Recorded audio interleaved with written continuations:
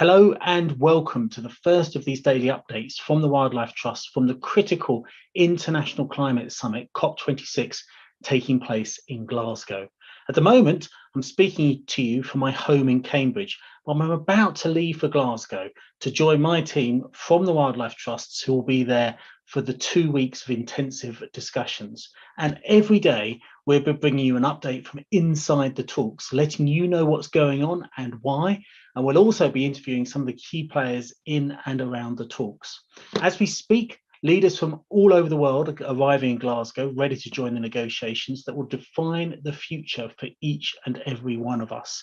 This is what's been dubbed, this meeting, by many as the last best chance we have to stop runaway climate change. And to give a sense of the scale of what needs to be done, at the moment, if you add up all the pledges from countries as to how they're going to cut their emissions, it actually adds up to a 16% increase by 2030, when actually the science is telling us we need at least a 45% decrease by 2030 if we're going to have a chance of staying within 1.5 degrees temperature rise above pre-industrial levels. So there's a lot of extra effort that's needed from all countries, but particularly the rich countries, to make sure we hit those targets that scientists are telling us we have to reach if we're going to stop runaway climate change. We really are in the middle of a climate and ecological emergency, and the two are inextricably linked.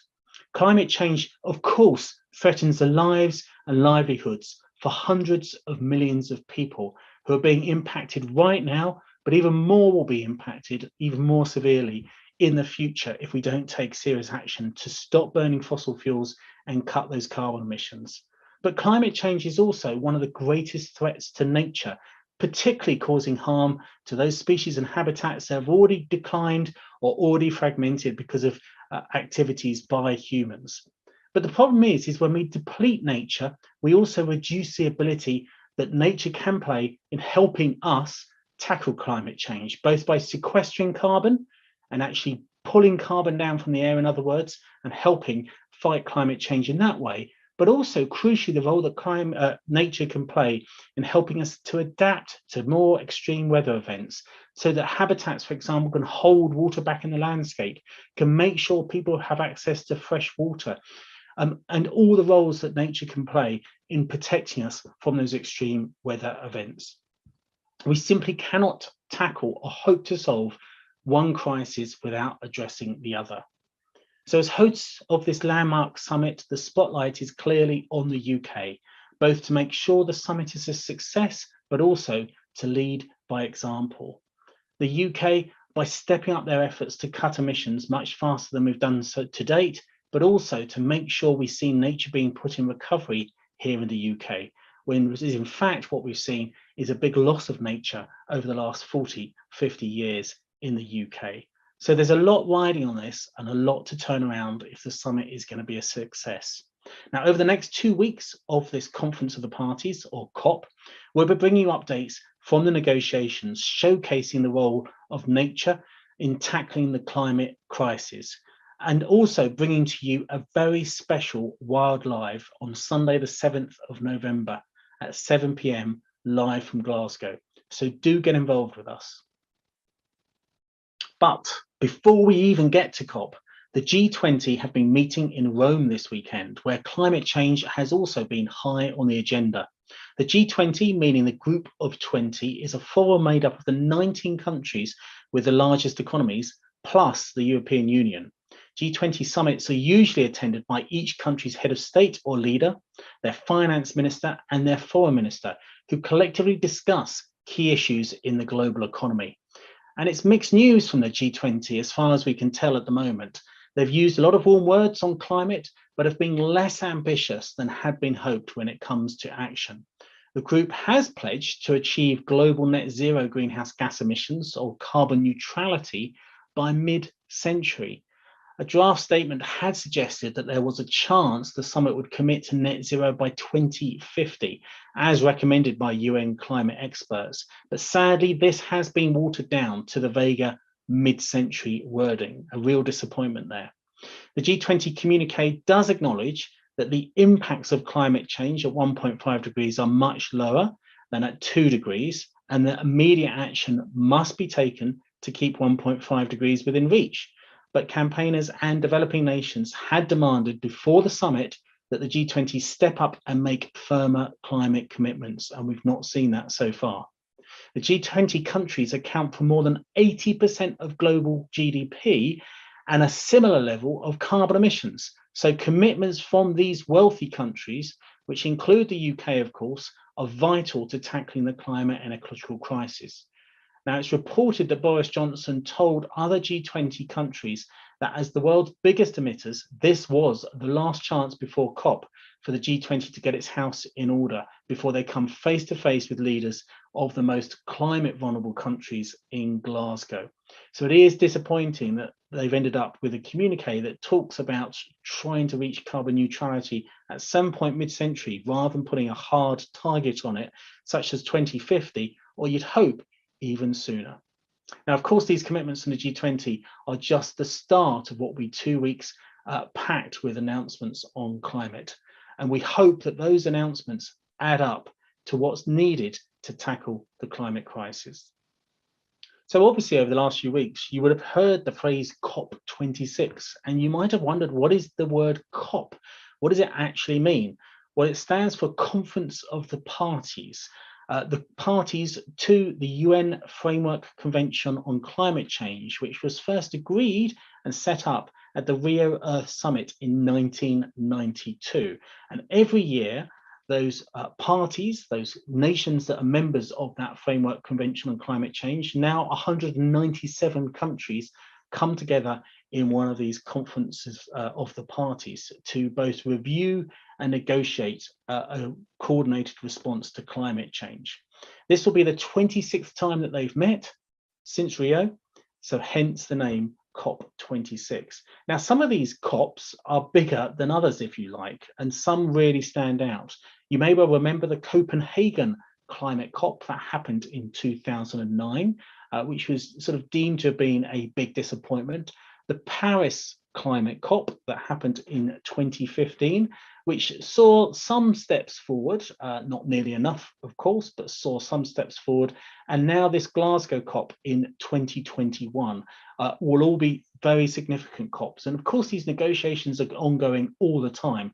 But really, it's sort of every 5-6 years, you have a really big gathering where the big world leaders come together and try, hopefully, to move the negotiations forward in a significant way.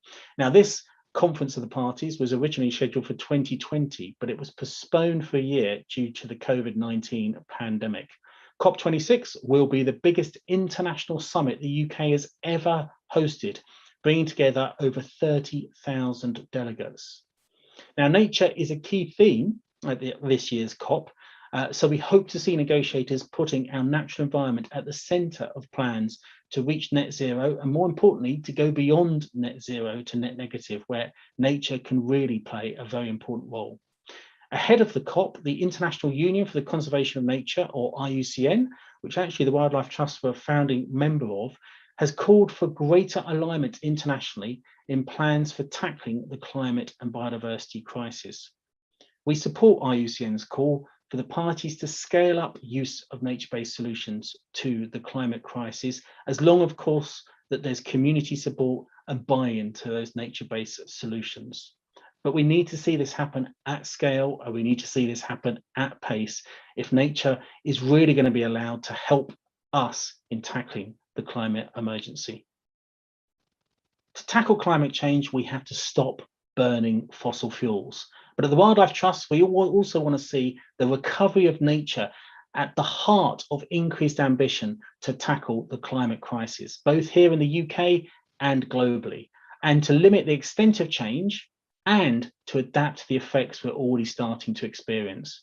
The Wildlife Trust will be making noise throughout COP26 to ensure nature's recovery stays high up on the climate agenda. Our flagship event will be next Sunday at 7 p.m, where we come to you live from Glasgow with a very special Wild Live, Let Nature Help, not one to miss. So do get yourself registered for that. The link is on your screen now. We'll also be bringing you daily updates at midday every day on our social media platforms from inside the negotiations, plus interviews and discussions on key themes pertinent to tackling the nature and climate crisis together. You can also sign up for updates from the Wildlife Trusts on all the key news on tackling climate and nature crises from COP26, landing straight to your inbox. Use the link appearing on your screen to sign up now. Now, you may or may not know this, but the President Emeritus of the Wildlife Trusts is the one and only Sir David Attenborough, and we were delighted when he was able to film a special video for us for COP26 just a week or so ago, and we've made it public today. Enjoy. Nature has been there for us when we needed it the most.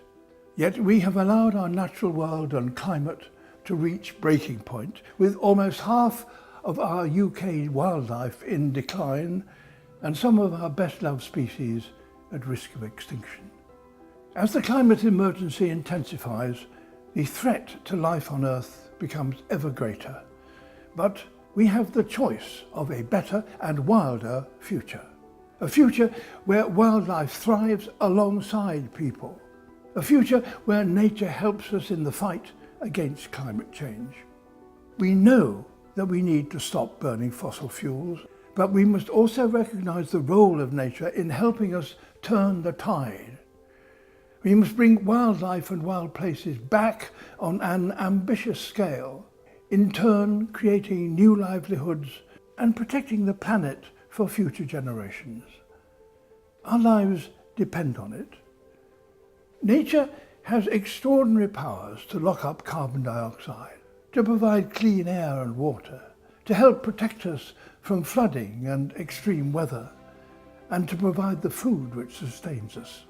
For decades, the Wildlife Trusts have been leading the way to put nature into recovery, bringing back precious salt marsh and peatlands and reintroducing beavers, our natural water engineers.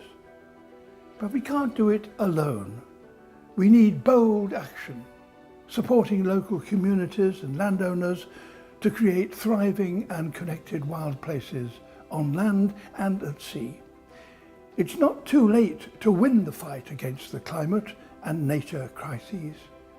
Given the chance, nature can recover in the most remarkable ways. But we need to act quickly. The time is now to create a wilder future.